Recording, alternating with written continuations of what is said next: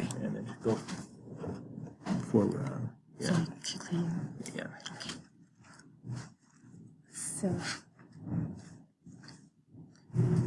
So good morning, guys. Today I'm going to present about editing in other fields. When talk about editing, many of you may think about newspaper, magazine, and even a television. But today I'm going to introduce some other things in editing that you may use in the future. First is about the job opportunities in public relations and advertising. So now I'm going to introduce roughly about these two elements. There are lots of differences between advertising and public relation. Like advertising is mostly overt persuasion, while public relation is like covert persuasion. Advertising often aims at selling products, but public relation mainly fosters goodwill. The advertising often works through mass media like radio, television, and newspapers, or magazines, but public relations work through news releases, press conferences, publicity events, and sponsorships. Advertising is regulated by the government and controlled by those who put them out, but public relation is at the mercy of the journalist. Producing an advertisement is often expensive, and advertising charges for space or time, while public relations offers free publicity.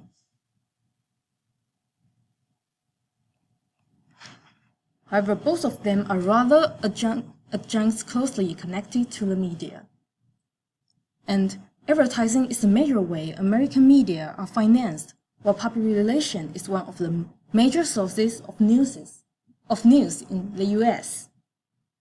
If you're willing to go into the public relation field, I have some important traits for you. First is your ability to write. You should have the ability to write a good press release to attract the journalist, and also together with the verbal skill, professionalism, maturity, poise, and there's one point, appearance. You should also avoid some bad traits like the inability to work with others, the inflated opinion of yourself. Try not to be overconfident, and inability to compromise. After introducing these two roughly, I'm going to introduce in details about the public relations. So what is the public relation and what is the press release? You may not be familiar with public relation and press release, but you must be very familiar with the working journalist and the news report. Basically, the working journalists write their news report based on the press release written by public relation workers. So you can see that the press release should also follow the inverted pyramid principles. You should make sure your press release very clear and contain the basic information so it can grab the journalist's attention and make your story and make your event published to the public. So, to make your press release a good press release, it should be accurate and truthful. Also, it should be short but straight to the point so that journalists can immediately understand what you're going to talk about and what they should contain in their news report. Also, it should be clearly written. And you should follow the strong principles of the professional ethics. So here is some tips to go into the public relation careers. You should make your press release look like a news story. And also, don't write a press release like an advertisement. The last, you should master social networking media. Especially nowadays, journalists often grab information from social media. So you should really have the skill to master the social networking media. Now I'm going to talk about the advertising. There are two kinds of advertising, print advertising and broadcast advertising. And I'm going to talk about the print advertising first. When talk about print advertising, the first two things pop into our mind must be the eye-catching headline and the pictures around them. The famous British advertiser Alastair Crofton writes in his book, The Craft of Copywriting, that the relationship between the pictures and the headlines is critical to an ad's success. These two elements must be worked together and do their own half of a work instead of compete with each other. And you should never let a picture to simply illustrate the headline. Also, your headline and pictures should be eye-catching and can quickly catch readers' attention. Here comes an example of a good headline. This is an advertisement of the Beetle car. And in the second picture, you can see a picture of the Beetle car and a one-word headline, lemon. This makes the readers confused that why put these bad words under a beautiful car and why it appears in the advertisement. This kind of headline is called curiosity headline. It aims at grab readers' attention, but it's also a little bit dangerous because if you couldn't make readers feel interested about your headline, then they may not read your follow-up materials and they won't see the advertisement completely. The other two kinds of headline is news headlines and benefit headlines. News headlines is basically aims at inform the audiences, while benefit headline help readers understand why they should be interested in your product. However, catching readers' attention is just the step one of the creative process. The step two is follow up with materials to show the reader why he or she should be interested in your product. Here we can see the advertisement of Hotel Hilton, which published in New York Magazine in 1995. Beside the eye-catching headline, everything from A to C, and the pictures showing people what they can do near the Hotel Hilton, you can also see the follow-up materials, which inform you in details about the activities happened in Hotel Hilton, and also their contact number. Readers can immediately book a room when they see this advertisement. So, what Hotel Hilton done is actually the four-step process of advertising, which is also called AIDA. The first step is to attract attention of the readers. The second step is to build interest and make readers feel interested in your advertisement and your product. Then you should create desire among readers and make them want to purchase your product. And then you should compel action.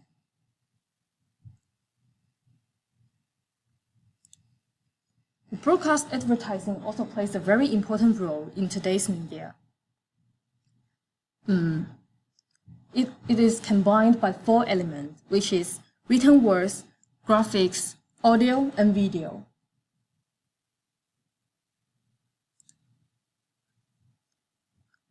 We can have the radio advertising and television advertising in broadcast advertising, while radio advertising is basically have only one element, which is sound. This makes the radio advertisement easily stuck into easy humor, pompous conversation, and even sometimes strange accents. This will make the radio advertisement sound phony and unnatural, and sometimes make audiences feel confused about what they are talking about and what the product will be. However, television advertising costs a lot of money. It's very expensive, and it contains the audio, video, and graphic design. And also, it is in a very intense competition now. To make a successful television advertisement, you should write and edit a compiled script, while also you should have creative video and audio production. And finally, you should edit it together and make a perfect balance, which requires much talent.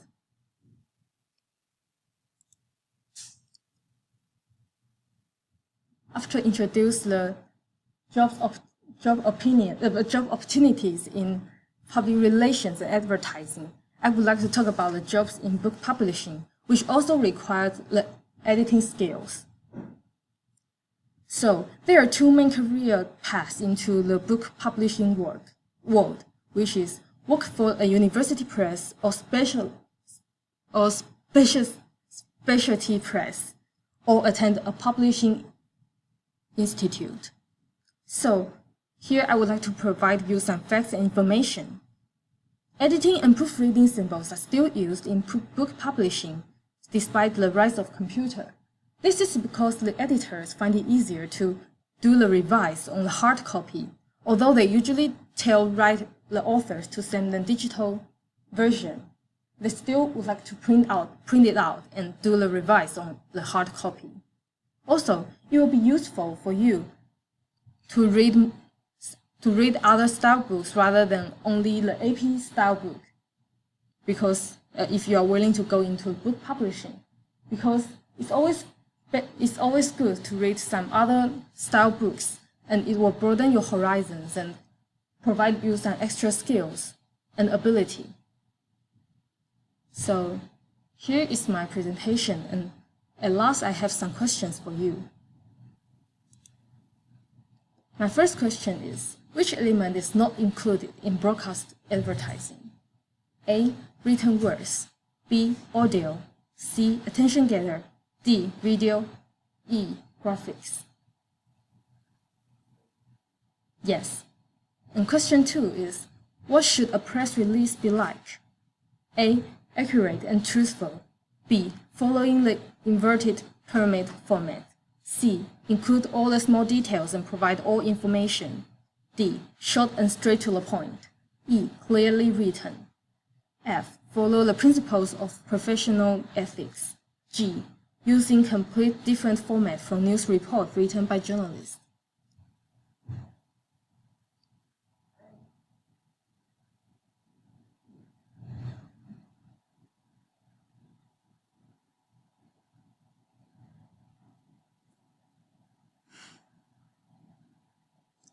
Okay, so here's our answers.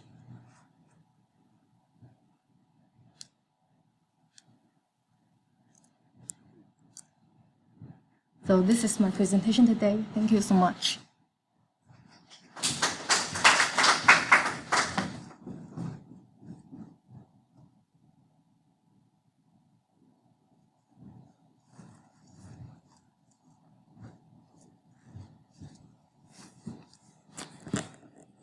Okay, very, very good. That was of the presentations on that topic in that chapter, that was by far the best and most thorough.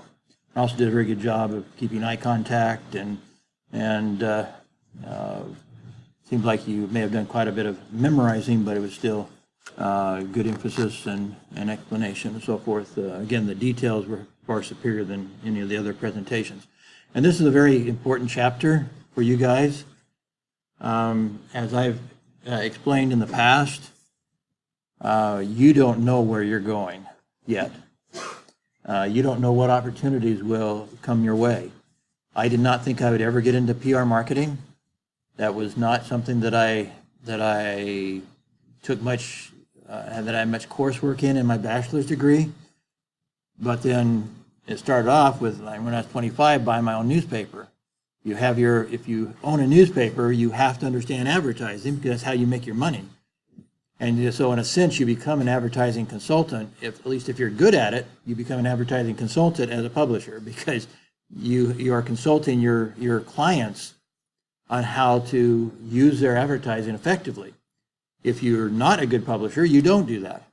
And you just go out and try to get people to, all you care about is the money. But that's a very, that's a very bad attitude on the long run, because if all you care about is money and you don't care about the results for your clients, they're not going to do well and you're not going to do well.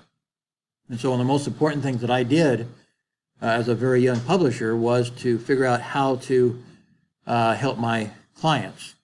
And I've, in other classes, I think I went through this, how I developed a whole different system of sales, to where I offered them some really, really good deals if they would contract with me for a full year.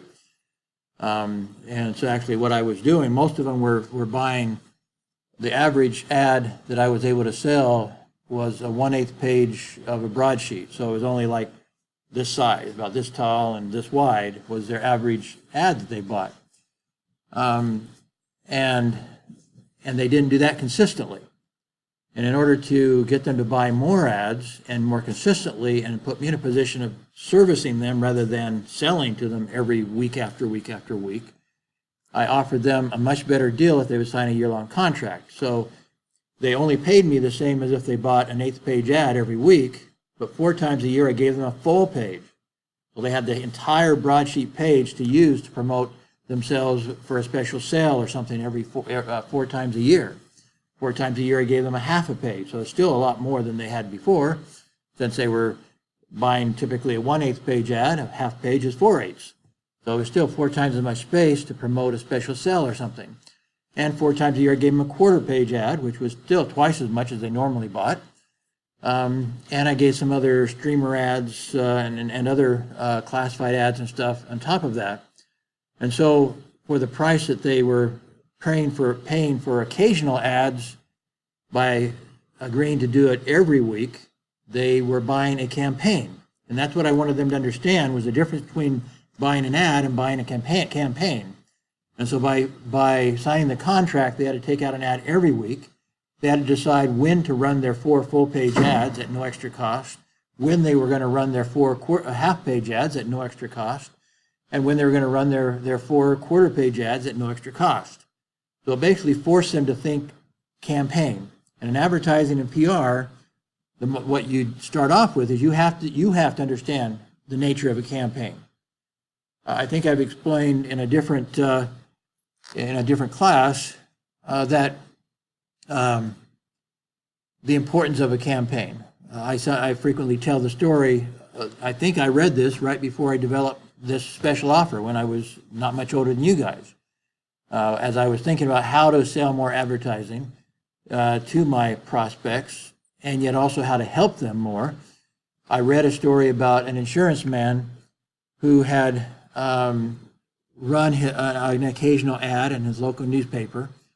And as the norm, if you don't have a campaign, he only got as much results as basically he hoped and thought that his advertising paid for itself. That's the most he hoped for. He never felt a big impact from his advertising by advertising just occasionally in a non-campaign fashion. And so then one day, however, he decided he was going to start trying to market nationwide in America, and he ordered a mailing list that would give him postal addresses for lots of people that he considered prospects for his insurance product. And so he ordered the list, and then he designed a flyer, and he went to the local newspaper to print his flyer for him. So the newspaper printed his flyer, printed 40,000 copies of this flyer for him. And after a few days, they called and said, "It's ready, you need to come pick them up." And the insurance man didn't have a very big office, and he said, "I don't have any place to put them." And the newspaper man said, "Well, you have to pick them up anyway. We can't hold everybody's stuff for them. We're not a warehouse. And we run out of room too." And so in kind of somewhat exasperation, he finally said, "Okay, you put out a 20,000 circulation newspaper, so take half of my flyers and put in your newspaper. I know they won't do very much good, but they might pay for themselves, so go ahead and put them in the newspaper, insert the flyers into your newspaper, and I will pick up the other 20,000 from you when I get my mailing list." So just like he expected, they put that first flyer into the newspaper. He got a few calls, and he thought, well, it probably paid for itself. And that's all he expected and all he got. But then a week later, the publisher called him again. We still have 20,000 copies of your flyer here. You have to do something with them. And he still hadn't received his mailing list. And so in real exasperation, he said, fine, just put them into your paper again. We just ran them last week, same flyer, send them to the same people, and we're going to get no results this time, certainly, because they just saw the flyer. And so we're not going to get any results. And so he did exactly that. They put the same flyer into the same newspaper that went to the same people, and what happened? His phone rang off the hook. Because in a campaign, you understand that you don't get results from a one-time ad.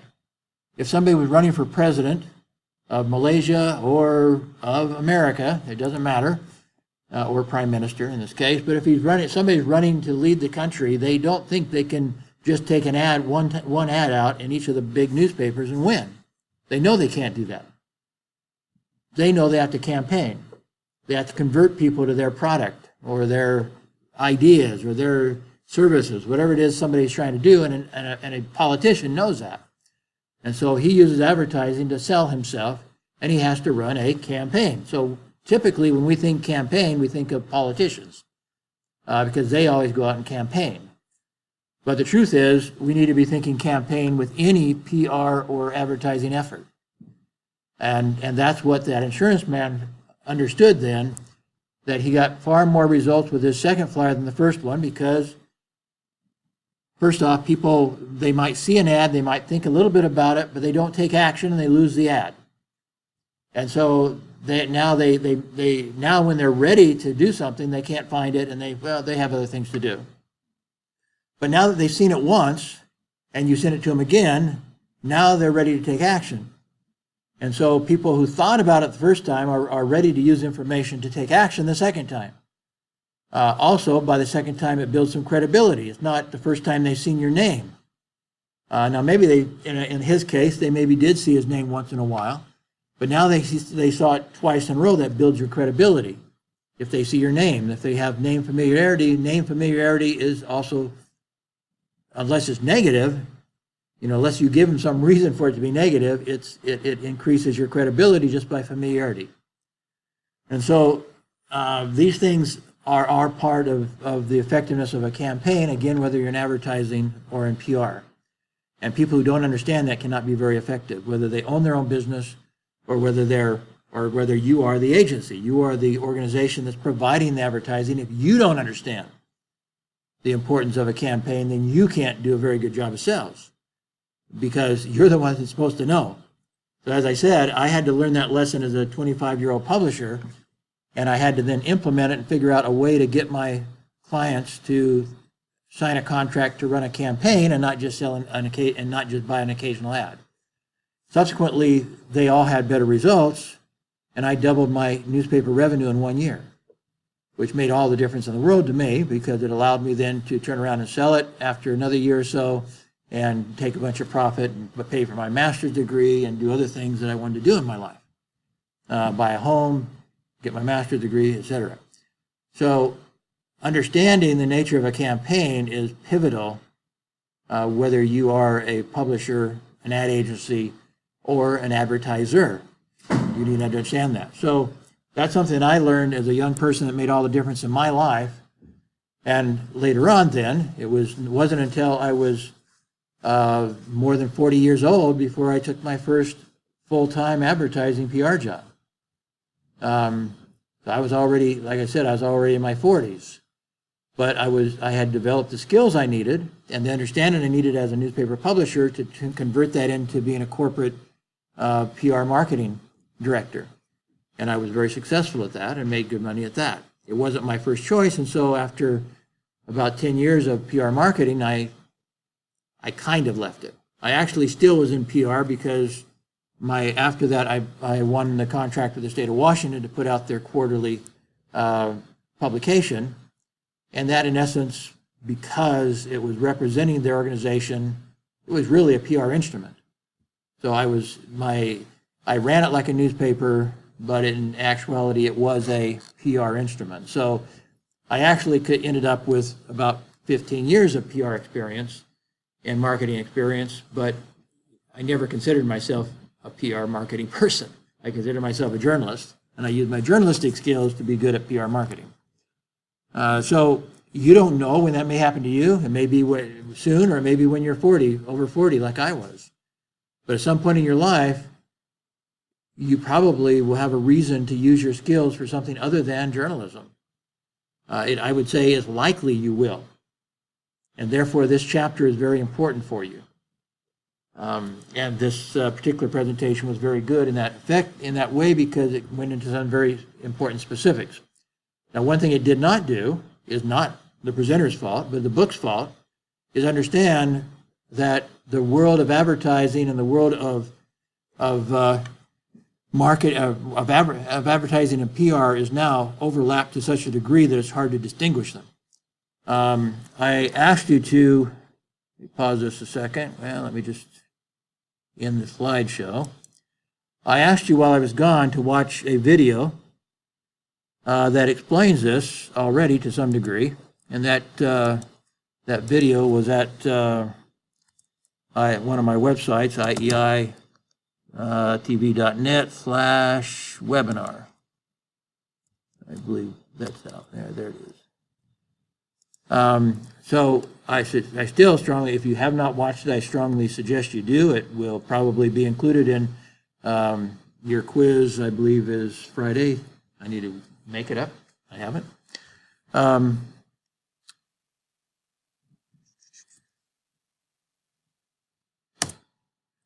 But it's this ad right here, or this video, I mean, right here. And this is about, basically, it's how the internet has changed PR marketing. And one thing about that has happened, back in the 1980s, there was a concept called integrated marketing communication. One thing you need to understand is marketing is different than advertising. We frequently think of marketing as advertising. Advertising is only one part of marketing. PR is also part of marketing. Sales is also part of marketing. In other words, anything you use to sell your product, to build your brand, etc., is marketing. And so in the 1980s, I think it was, that the idea of integrated marketing communication was promoted. I know textbooks of about 1990 focused on this concept, integrated marketing communication, which the idea was that one person should oversee all marketing communication. In other words, one person should oversee PR, advertising, sales, even get into things like packaging, because packaging is part of marketing. How do you package your product? How do you sell your product? Where do you sell your product? How much do you charge for your product are all marketing concepts. And so they felt like one person should oversee all of this, and it should be basically a single arm of the organization, again, headed by one person. So, but while it was considered to be best practices, it was not necessarily, I would say it was not implemented by most corporations in the 1980s and 1990s, or at least the early, I would say none of the 1990s. Did many organizations totally accept the idea of integrated marketing communication, IMC, in short. But with the current requirements of marketing the internet, it would be absolutely stupid not to be practicing IMC because they overlap to such a degree. For example, I'll just give you a couple of examples. If you watch this video, you already know this. But one of the most effective types of marketing now is not advertising. The most effective, where most corporations in America anyway are getting their leads, in other words, the contacts they need to sell, is not from paid advertising. It's from unpaid marketing. It's from what we call inbound marketing or content marketing. If I were to, I could bring up the slideshow. In fact, let me just do that. I will bring up the slides that this goes with, that I used for that video, just in order to give you a quick idea of what you may not understand at this point. So let me go to my other presentations and there.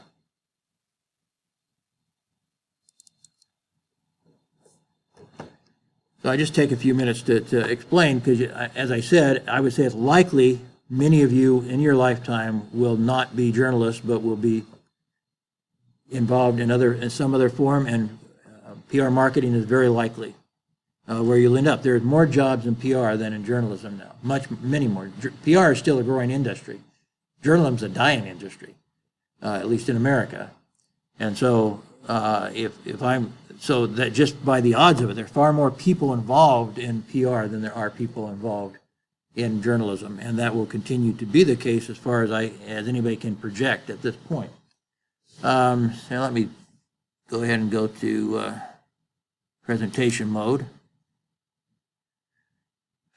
Okay, so the trends, I'm just going to flip through this rather quickly. Inbound marketing or content marketing. If you look at this, you'll see that this is the general purpose of marketing. I'll skip through that one. But they are achieved by this free marketing, the ones on the left. Social media, blogs, SEO. Those are the things that more and more corporations, this is a little bit old, it should actually be even more than this probably. But you see the things on the left are not paid. The 4 items to the left are not paid. The 5 to the right are paid. One of those in the center, PPC, stands for paid per click, is basically social media, largely the social media advertising, not just social media, it can also be search advertising. But you only have to pay if they click on it and go to your website. So it's kind of, it's more, well, it's an outgrowth of the free inbound marketing. But it is paid, it is advertising. Although this company that did this, many of these graphics, HubSpot, actually decided to call it a third type of marketing. So the items to the right is traditional. Well, the 3 of them are traditional advertising. The last one, telemarketing, is really sales, but traditional marketing anyway. PPC is a new type of advertising, and then the 4 items to the left are more new types of marketing. But we get into some of these other slides that you would have seen if you watched the video. I'm going to go forward quickly.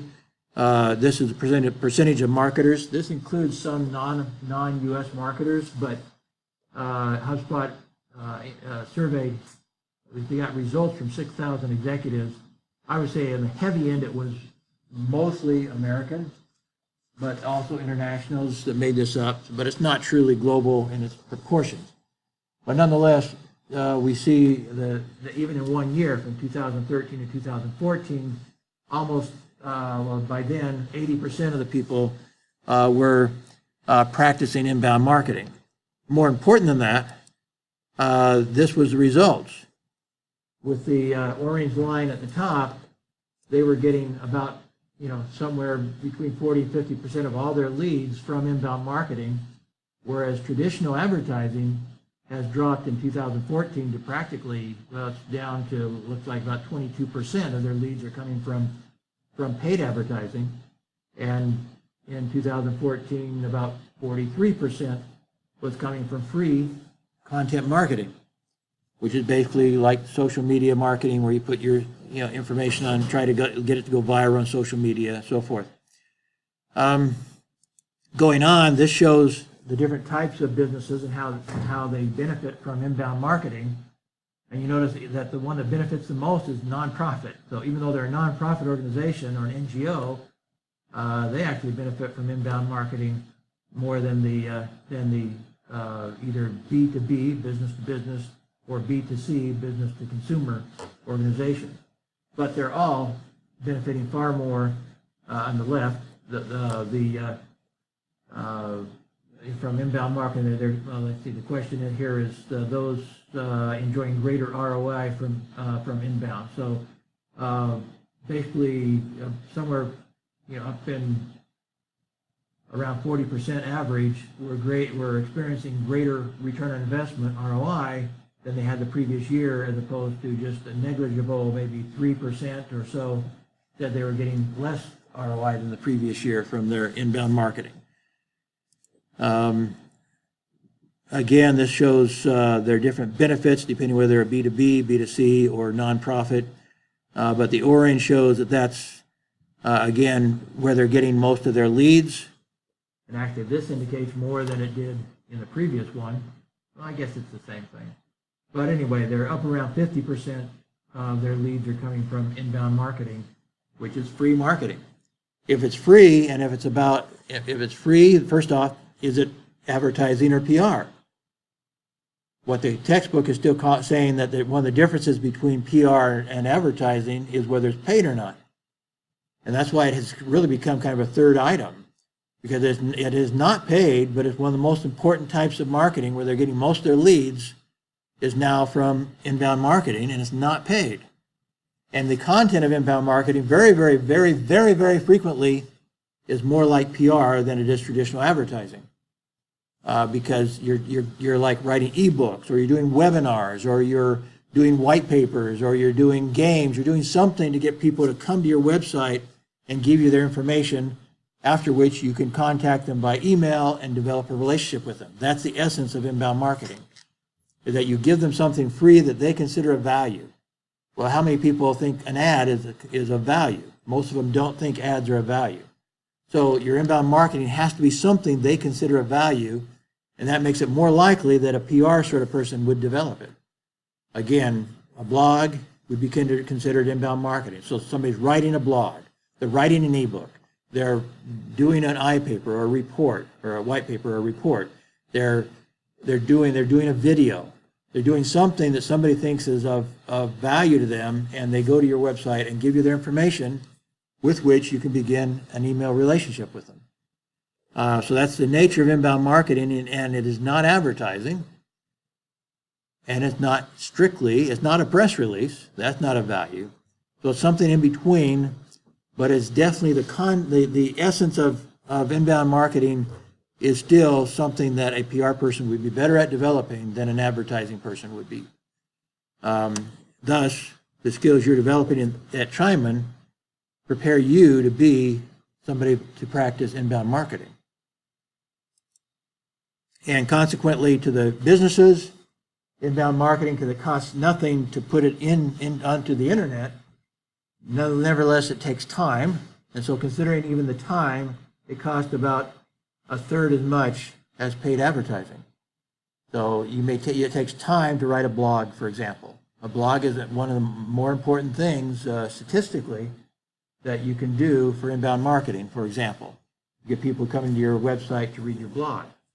But it takes time, therefore it costs money because it costs time. But you're not paying somebody to put your blog on the internet. You just put that on yourself. So it's free from paid, so it's zero for what you have to pay to do a blog, except for the labor. I'm going to skip over some of these. I'm just trying to give you an idea of why you might be good at marketing in this day and age. So here is one of the key statistics you'll see in this presentation, is that if you're doing stuff for inbound marketing, if you're doing blogs, if you're doing ebooks and stuff like that, what you're going to do is have a lot more pages in your website. And so this is a corollary of how successful websites are compared to how many pages of content they have. And what you see is that if an organization has more than 1,000 web pages, if they're B2C, they will have 3,500% more traffic than if they have only 50 pages. Most websites that you and I produce, maybe not I, but you might produce, would be fewer than 50 pages. Well, obviously that is not, according to this chart, is not going to get you very far in the world of marketing in this day and age. You need content on your website to expect to build your traffic. And so again, if you have 1,000 pages on your website for blogs and things like that, then you will enjoy 3,000, at least it's a correlation, not necessarily a causation. Well, it probably is, but exactly how it causes the additional traffic is not always real clear. It enhances your search engine because it gives search engine more stuff to search for. You have more stuff in your website that it can search out and take somebody to your website for. And so it has impact on search engine. It has impact on repeat visits because people find something on your website they like, so they come back and read your blog more often, for example. There are other things like that I'll hurry forward to show you. One of the most important types of inbound marketing is video or marketing. But video can be in the form of, I'm going to rush forward here, it can be part of a blog, such as this. It can be just explanation or instructional. How do you use your product? It can be people actually say in a survey, customers say they even like to see videos of other customers saying how much they like your product. They actually like them. They think they like that kind of a video. A consumer likes to see what other people think about your product. And so they will actually watch that kind of video on your website, an interview or whatever, a very short recommendation by another customer. They want to see that. They want to know whether what you offer is credible. Also, when you start doing things like with inbound marketing, you see that your Facebook, your social media explodes. You get far more reach if you have blogs and stuff that you can promote on social media. And so, again, social media is part of your inbound marketing technique. And so, you promote your blog, you promote your videos, you promote anything like that's involved with inbound marketing on your social media, and that draws people to you and to your website ultimately. So it has kind of a circular effect, is what my video tries to teach you, that the more inbound marketing tools you use, the greater social media, the more social media message you'll have, and thus you'll increase your inbound traffic to your website, which will inspire you to use more marketing tools, which will which will give you more social media messages, and it will spiral into a much more effective marketing strategy. So anyway, I think I'll just stop there, but you can watch the video, my video, to get more ideas. Here it talks about the impact of video. 95% of all executives surveyed, this is a different one by a group called Aberdeen Group. 95% of the respondents, the executives that took this survey, said video is still the most important and the most powerful form of advertising. And that's true for inbound marketing as well as it is for paid advertising. I mentioned before that newspapers are dying because they haven't adapted to the new reality. One of the things they haven't adapted to is they should be selling video advertising. They're no longer a newspaper. They should no longer think of themselves as a newspaper. They are now a multimedia medium, multi-sensory medium, whatever you want to call it. But anyway, they are a news media that now can offer video. They should be offering video because video, according to the executives, is the most powerful form of advertising or of marketing. Therefore, every newspaper should be offering video advertising as part of their offerings, their promotional offerings. They need to make, and I think I may have said this in this class with a prior tutorial, but they need to make their website more valuable to everybody, consumers and advertisers, than their printed product. If they will survive, they must make their website, let me say this again, they must make their web version more powerful, more valuable than their printed product. If they don't do that, they will die, surely die. And I say that extremely seriously as a newspaper publisher. They will die if they don't understand that they're now multimedia. They need to take advantage of their multimedia tools. But anyway, so 95% say video is most important. And it mentions that they've done surveys on why it's more important. So this one's one I wanted to show. It increases the engagement of viewers who watch more. They watch 3/4 of all video, which is much higher than how much text they read. If you put a text on a page, it has its conversion rate from just a casual visitor to a to a customer is 70% higher. They get 80% greater results on what's called a landing page. If you use inbound marketing and bring somebody to your website, you create a special landing page for them to come to. And your landing page is 80% more powerful and more productive if you have a video on it. If you put video in an email, it has 100 to 200% greater click-through rate. That is, if you put a link to your website, it's up to 200% more likely to come to your website, to actually click on that link. It makes all the content around it more effective. If you have a video and you have a lot of text around it, it's more likely they'll read the text than if you don't have a video on the page. And increases social media engagement by 1,000%. So for every reason you need, it's good that you guys are learning video. I think that's one of the most important things that this department has for you, is to teach you video. And again, you may not consider yourself a prospect for a broadcast job, a broadcast TV news job, but you should have video as a tool in your belt, so to speak. If you go into PR, if you go into marketing of any kind, and even as a journalist, those newspapers that do not use video as part of their news reporting are bound to die.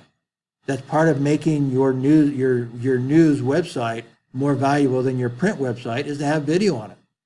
So a reporter should be video recording his interviews and putting those on the website. That will make their website more popular than their newspaper once they start doing that sort of stuff. They need video content. They need to stop being a newspaper.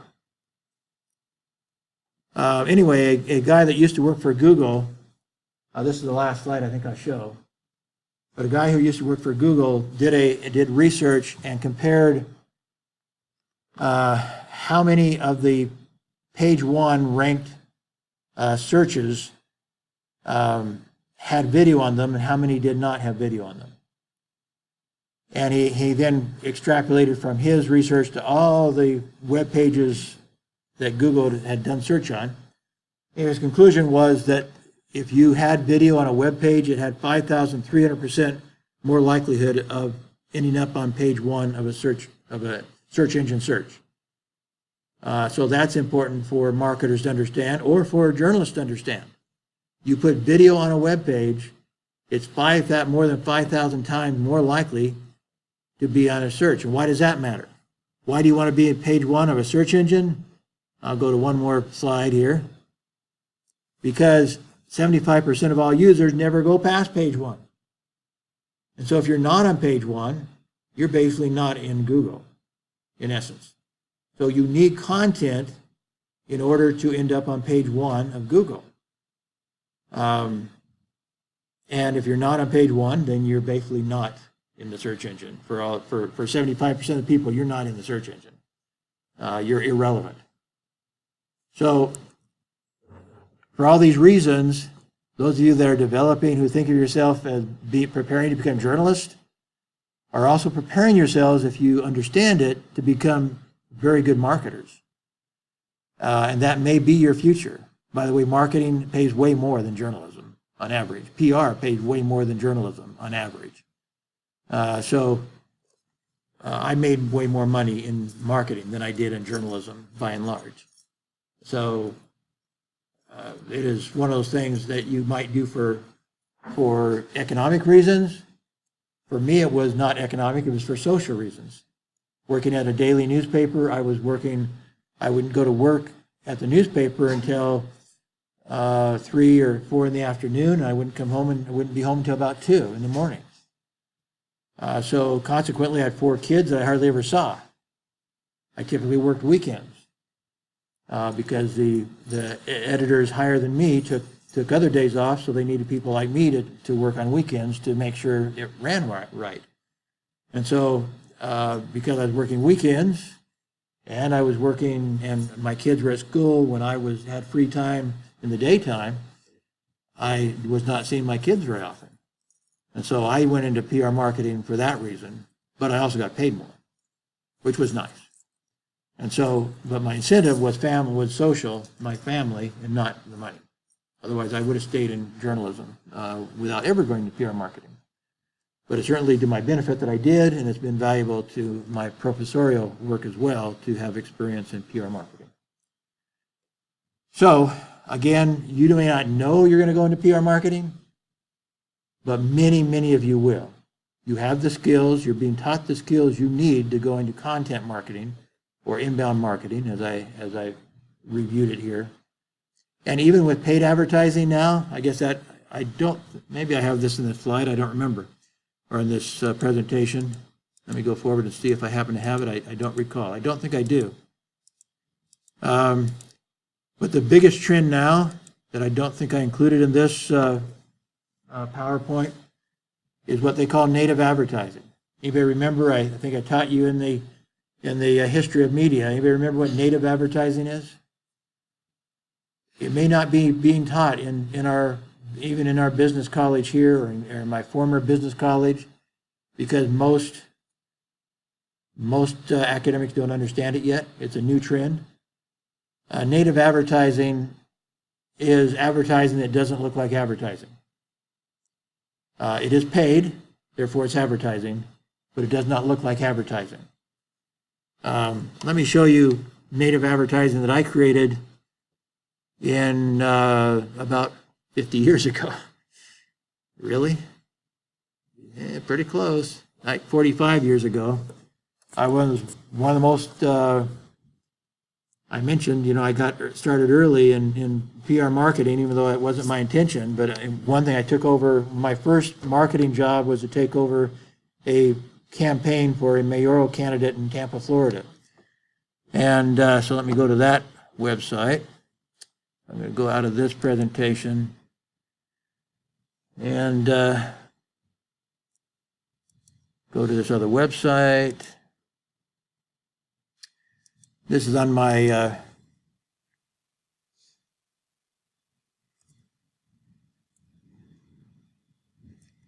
CV site, basically, my site where I promote myself, is virtualinstitute.us/Ken. And if you go to that website and I go down to show my marketing background, and I scroll up and look at native advertising. Actually, this ad here, you see, was an ad for me over here to the right. When I ran for public office, I ran in a race that had 8 people running for 4 offices. I spent about 20% less on my advertising or my marketing than some of them did. And I got by far the most votes. Of the 8 people, I got by far the most votes because I used more of a native advertising approach that looked like a publication, and it explained to people why they should vote for me. But I actually started, this was in 1994, 20 years before that, in 1974, I ran this ad for the mayoral candidate in Tampa, Florida. This is a full-page ad, but it doesn't look like an ad. It looks like a news page. Kind of an old style layout, not like I teach in this class, because this was 1974. And in 1974, we had different style rules. And we had different limitations with our technology as well. We didn't have desktop publishing in 1974. That was about 15 years later that people started moving to desktop publishing. So, but the whole point was this does not look like an ad. My candidate that I was supporting was among 8 people running for mayor, and he was dead last.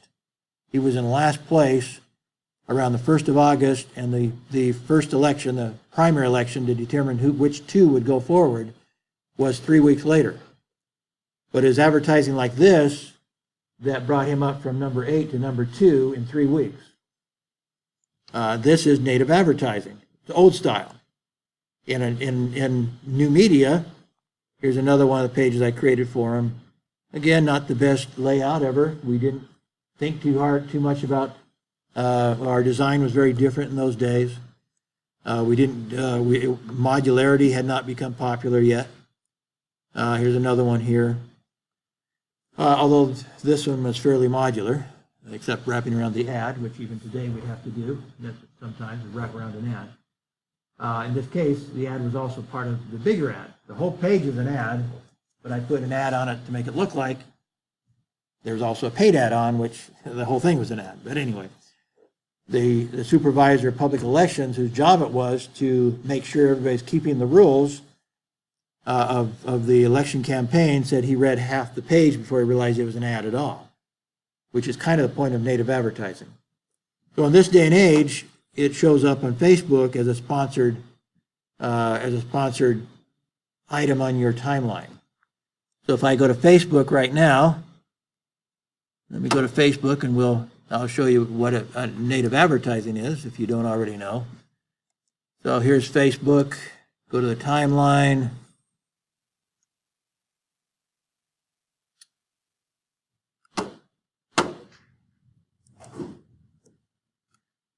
And as we scroll down this timeline, that's native. I mean, that's normal. That's a couple of friends of mine.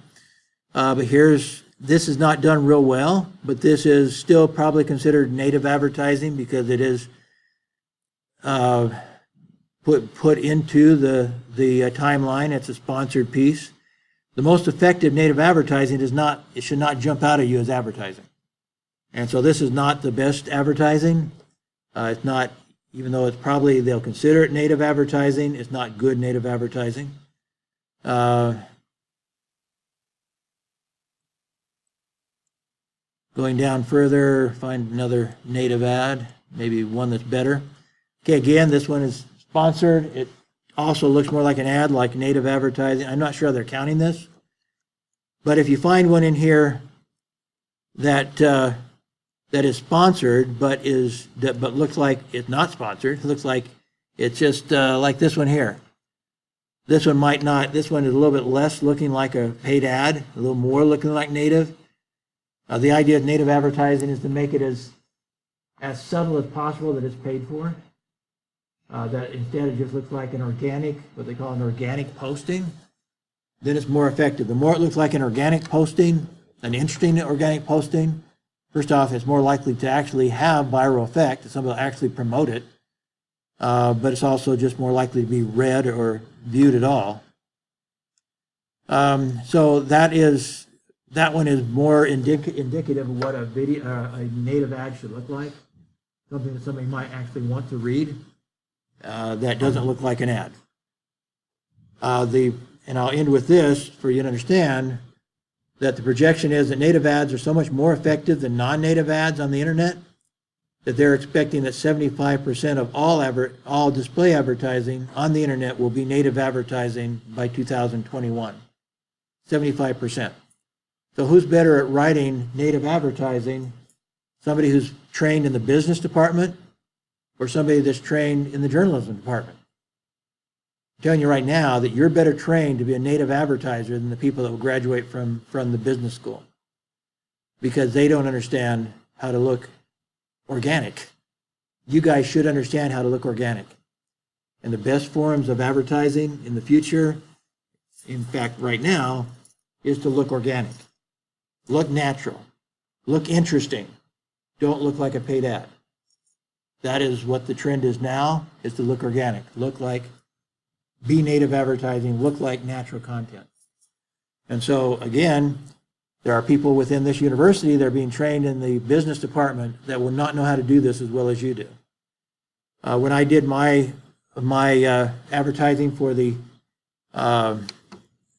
mayoral candidate, this one here, Kotvis, by the end of the campaign, so I took over his campaign on the 1st of August, and the general election, I got him through the primary election. The general election was in early November, and so that was basically August, September, October, in 3 months. By the end of 3 months of my putting out native advertising, all the major ad agencies were trying to mimic what I was doing. Let me put it this way, that there were 7 or 8 ads that tried to look like mine. But the problem was the typical ad agency did not know how to look like mine. They did not know how to look organic. And so even though they tried to look organic, they tried native advertising in 1974 when I did it, they did not do a good job of it, which is why you would be better at it than people in Xiamen's business department. You would know how to look organic, and they don't. And so at the end of that campaign, the opposition party came to me and asked me to work for them. And I refused because I didn't believe in the opposition party. And I didn't want to be in marketing. I wanted to go back, and that's when I bought my own newspaper and moved from Tampa to Washington State again. So going back to my premise, the editors of this book also do not understand modern marketing. If they did, they would not define them so distinctly as they did in the book. Because nowadays, PR and advertising are totally overlapping in the field of native advertising, inbound marketing, content marketing. These are all things that you would be better at than those learning advertising and marketing through the business college. You would be better at it. So that's why many of you will end up going into PR marketing, because you actually have the skills to do it better than the people going through the business school. Okay, I'll stop there. But I guess one other thing I was going to say about the presentation, also talked about books. In those of you that took my history of media class, I also showed you a PowerPoint about Author 2.0. Anybody remember what Author 2.0 was about? Anybody remember that PowerPoint in history of media? It's about basically being a self-published author. That's also becoming more and more common, and people are becoming millionaires as self-published authors now. Companies like Amazon will sell your book for you. Barnes & Noble will sell your book for you. And they will give you 70% of the proceeds. If you're a self-published author, they will promote you, they will sell it for you, and you will get 70% of what they get when they sell it. That's not a bad deal. They do the marketing, you make the profit. And so there are a number of independent authors who have become millionaires by letting Amazon and Barnes & Noble and other companies sell their book for them. Now, not everybody that becomes a self-published author becomes rich by any means. In fact, I mean, I have a book being sold on Amazon, and it sells very few books. It's not a popular topic, and I don't do anything to promote it. Amazon does some, and I get a few dollars from Amazon every year. But they're promoting millions of self-authored books, and therefore, if you don't do anything to help it, then you're unlikely to become a millionaire. The other thing is, obviously, what genre you're writing in. Mine is not a popular genre, my book that I have on it. And one of the keys to that PowerPoint that I showed you, that I went through in the history of media, was that somebody who really wants to become a successful self-published author needs to write lots of books. And what happens is that you write lots of books, and one of them finally clicks and becomes popular and goes viral, and then people start buying all of the books you already wrote. And so the ones that become millionaires are those who have written a lot, and they finally get one to click, and then suddenly people buy all of their books, and they go viral and so forth. So it is a possibility, and I won't bother to go through that whole PowerPoint again, but when we're looking at other options, one of them is self-publishing books. So the textbook only talks about you working for somebody else as an editor or as a writer for somebody else. Well, you have other options besides that. You can also be a self-published author of books. And so that, again, is something that could happen. I certainly am going to be doing a lot more commercial books. I've co-authored 10 books. I co-authored 5 books. 1, 2, 3. Actually, I guess it's 7 books altogether. Yeah, 6 or 7 books in the last 2 years. A lot of those, however, are the academic ones. Basically, all of these have been academic books that the author received no money for. The publishers charge, in some cases, up to $1,000 for one of the books that I co-author, and none of the authors get any money.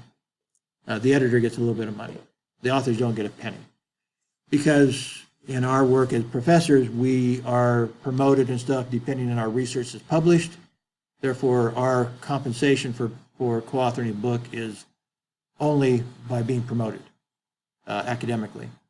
So it's a kind of a racket where you can be a co-author of a book. The book that Shogi edited a few years ago, I wrote 7 of the chapters, which was actually almost half of the book, and I got 0 for it, nothing. And they charged, I think that one was like $400 a book that they were charging libraries at that time. So anyway, you don't make money in academic publishing. But so I'm going to do a lot more in commercial publishing starting in September. That's why I'm taking my leave of absence and why I won't be here for the next couple of semesters, is that I'm going to publish books. And I hope I'm successful at that, obviously. So I'm recruiting co-authors right now. That was part of my purpose of going to this specific conference, was to do a presentation and do things that would promote Xiamen, for sure. It was a very popular presentation I made at the conference. But also, in looking forward, I'm looking for co-authors to write for the new company I'm going to create. And that I'm going to sell, and I'm going to market through our Amazon and Barnes Noble, and any way I can market them. So anyway, that's my future, is as a book publisher and writer and editor. I'll do all that stuff, work on all those aspects of it. Any questions on anything? But you guys have lots more options than you think you do. These among them.